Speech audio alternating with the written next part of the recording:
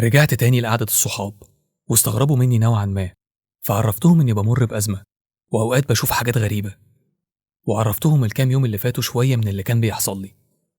واحد فيهم قال لي إن أكيد اللي بيحصل ده مش من فراغ، وإن أكيد قريت حاجة غلط وبتخيل، أو عملت حاجة غلط فعملت لعنة عليا أنا وعيلتي. حسسته إنه مهتم برأيه، لكن في الحقيقة أنا ما اهتمتش للكلام ده، وافتكرت كلام الدكتور صاحبي وإن لازم كل حاجة تكون خاضعة للعلوم علشان تكون حقيقية. الساعة وصلت 10 بالليل، الوقت الحلو بيمر بسرعة، لكن كل واحد قرر يرجع يشوف وراه إيه، على وعد إننا نتقابل تاني.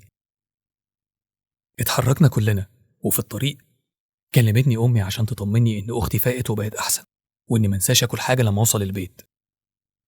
وصلت الأول الشارع عند بيت عم أيوب، وبصيت على المكان اللي كنت بسمع منه الخناق قبل كده.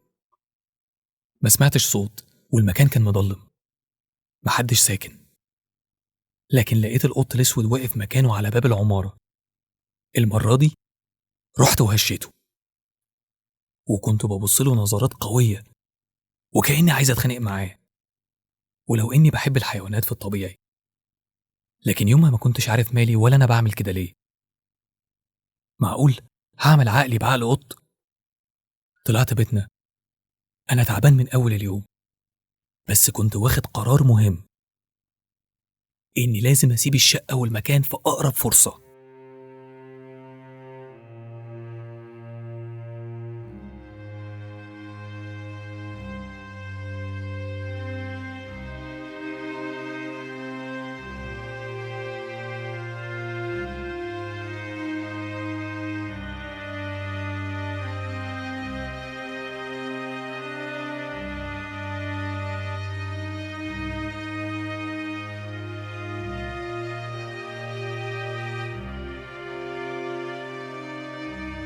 بالرغم من إني كنت تعبان ومحتاج للراحة والنوم، لقيت نفسي على السرير بحاول أنام بس مش عارف، بتقلب يمين وشمال من غير سبب.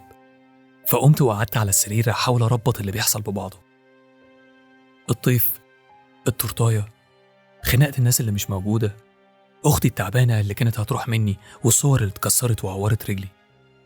قمت من مكاني وحاولت أنظف مكان الإزاز اللي اتكسر من براويز الصور اللي على الحيط، وافتكرت إن لسه عندي طاقة للتفكير، ففتحت اللابتوب بتاعي ودورت في الإيميل، يمكن حد يكون رد على الطلبات الكتير إن أعرف إيه هو الطيف، لكن ما كانش فيه رد.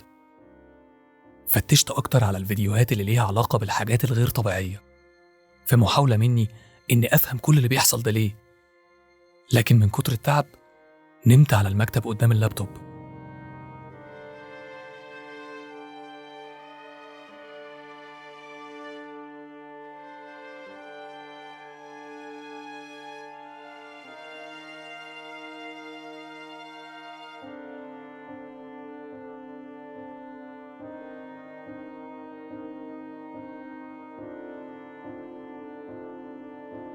صحيت على موبايلي بيرن، رحت أشوف مين بيكلمني، لقيت إن في أكتر من اتصال جالي من الدكتور النفسي.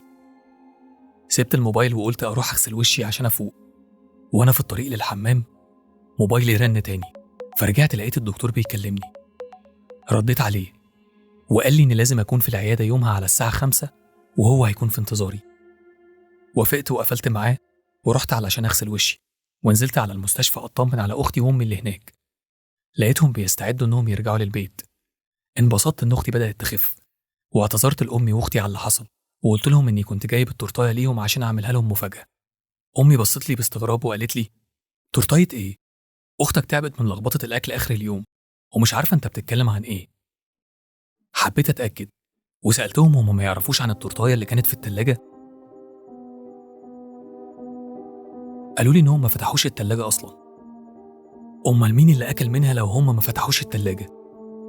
ابتسمت في وش أمي وقلت لها: اترمت، حمضت من الركنة وما كنتش عارف إنكم هتتأخروا كده. كنت بحاول أغير الموضوع وأنا جوايا قلق وتفكير مش بيسكت.